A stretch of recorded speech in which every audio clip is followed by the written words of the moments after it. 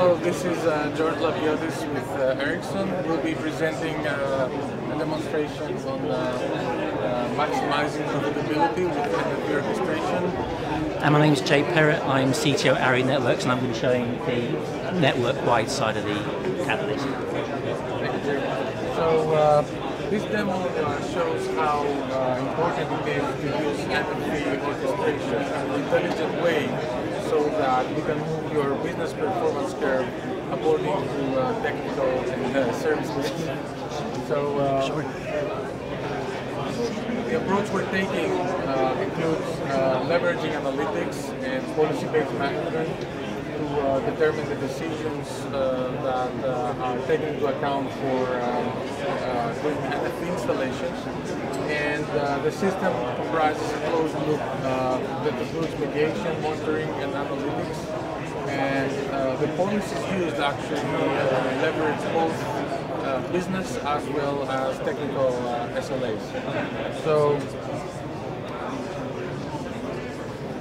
our architecture includes a loop that comprises monitoring with the data collection control and real-time data monitoring by JDSU, cloud analytics by Ericsson, dynamic optimization by Aria Networks, and these data from those products feed to a policy manager. When decisions are taken to instantiate or change NFVs, those messages are conveyed to the orchestration component that can configure the PNF domain using Microsoft Azure in our solutions.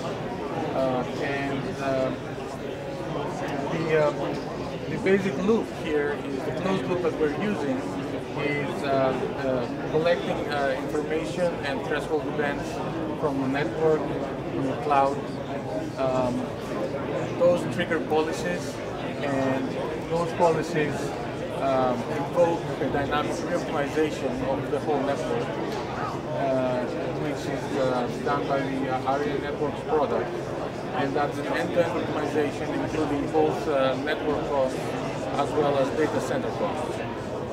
The use case we're using, we're having a cloud-based video streaming service. There are 4 data centers over the network. We're assuming for the moment, for this demo at least, that these are owned by the same provider. And our scenario is overloading this data center, its access things. And this triggers policies that govern how the service DNFs are replicated to an alternate data center, so that requests are redirected to the other new data center. So if you can see the other screen, here we have a network with 4 data centers and 2 points of presence. Currently, all the requests from both points of presence are directed to the California data center. So the video streams are going from that data center, virtual streamers, to both locations. And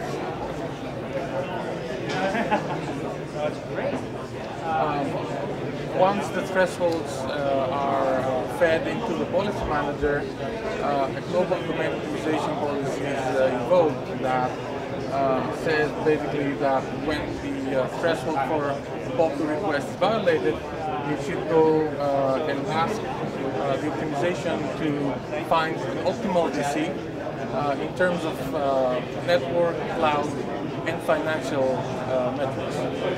So once this is done, an optimal data center is selected. Jay will explain more about how this optimization is done in a while.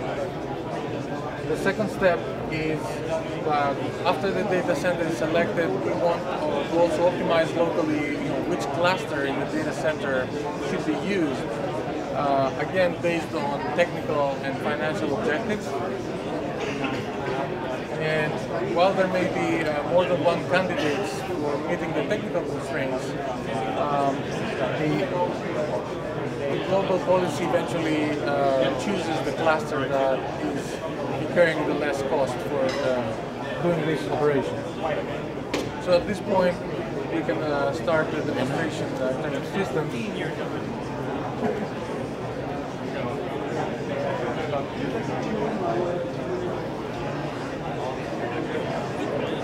So initially, we're starting the demo with presenting the policy dashboard to the policy manager, which is an Ericsson booth here. So there are two areas basically used in the demo. One area is used to edit policies, called the policy administration area. We have 3 policies here that are all active. There are 2 monitoring policies, and there's a global optimization policy.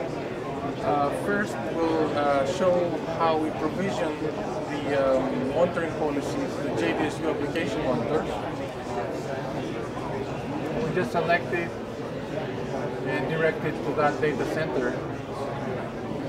So at that point,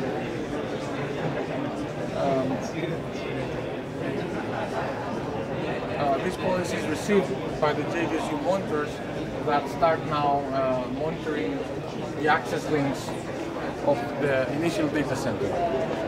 So if we retrieve alerts in the policy surveillance and enforcement area, yeah, we can see that because of the demo scenario, we have overloaded the data center, and the JDSU equipment as well the cloud analytics equipment, and it can be either or both, have triggered the policy that wants global optimization to happen for the video service. So, and there are 2 ways, 2 modes to run this operation in real life. One is just let the system slide through all the policy actions that are required to optimize the service without any intervention, zero touch from the part of the operator. In this case, we're showing a mode where we're going step by step for reasons of the demo, as well as we know that initial stages of application of such technologies, the operators may want to control the steps until they feel certain that they meet their requirements. So in this case, the ultimate VNF placement policy action will be approved, and this will trigger the messages that involve the global re-optimization of the VNF-based video streaming service. Okay, so at this point here, we've received a request to do a network optimization, and you can see here that this was the original route, and now this is the new route. And this data center wasn't chosen as the next data center. We've looked at all the possible options to take traffic from, source traffic from here, from all these different data centers, and come up with this as the option. We've configured the paths through this network, and then we've told Ericsson that this is a data center that we now need to sync traffic from.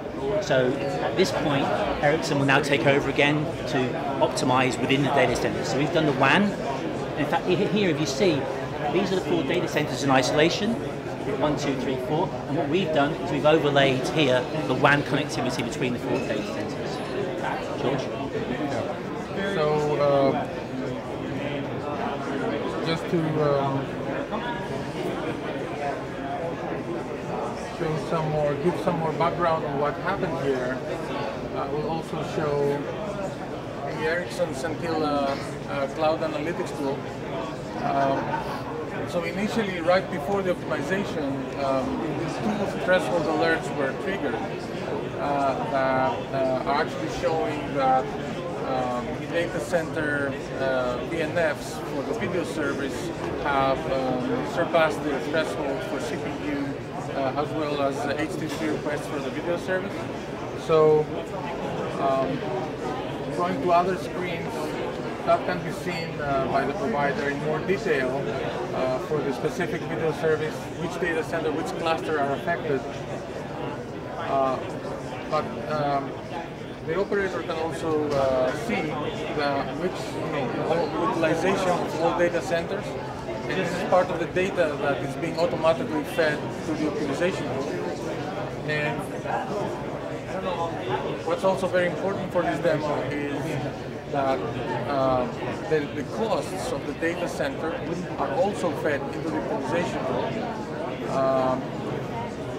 If the operator wants to see more detail how these costs are incurred, for each data center there are worksheets that contain prices per unit for each asset in the cloud inventory, and the inventory is then fed into this worksheet, and the worksheet calculates what is the cost based on the assets. So before George moves off that screen, that information that you see there in terms of cost and utilization has been sent to us here. So we now have that information in our data model. So this actually is exchanging data. This is a real live system. This isn't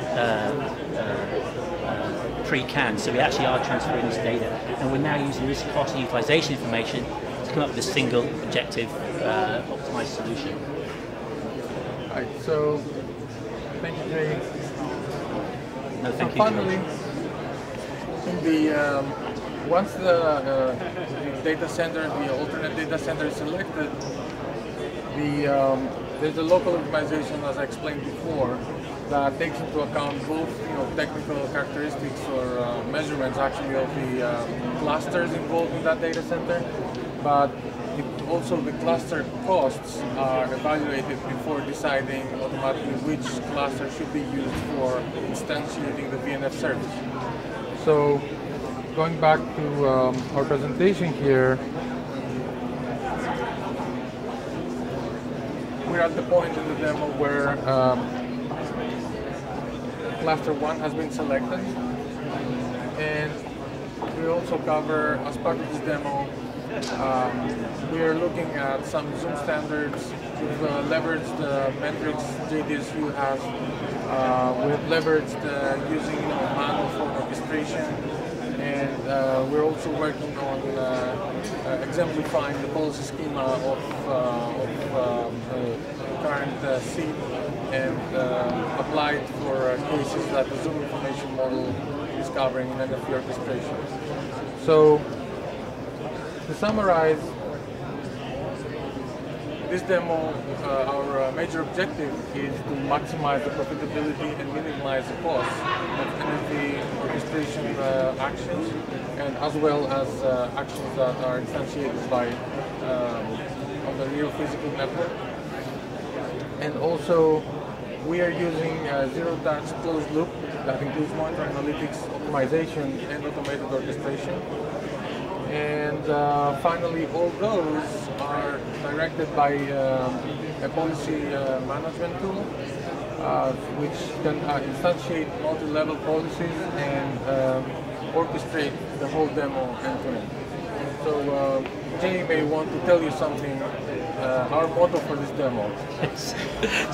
So the key part about this catalyst is it's the end-to-end. We are going from data center through WAN, and this WAN is a multi-layer. We have an IP layer, we have an optical layer, we have data centers. So we are going end-to-end. So this is the only catalyst, as far as I'm aware, that does this end-to-end. So this is extremely exciting. And in fact, our motto for this catalyst is that if you don't find this exciting, you must be dead from the neck up.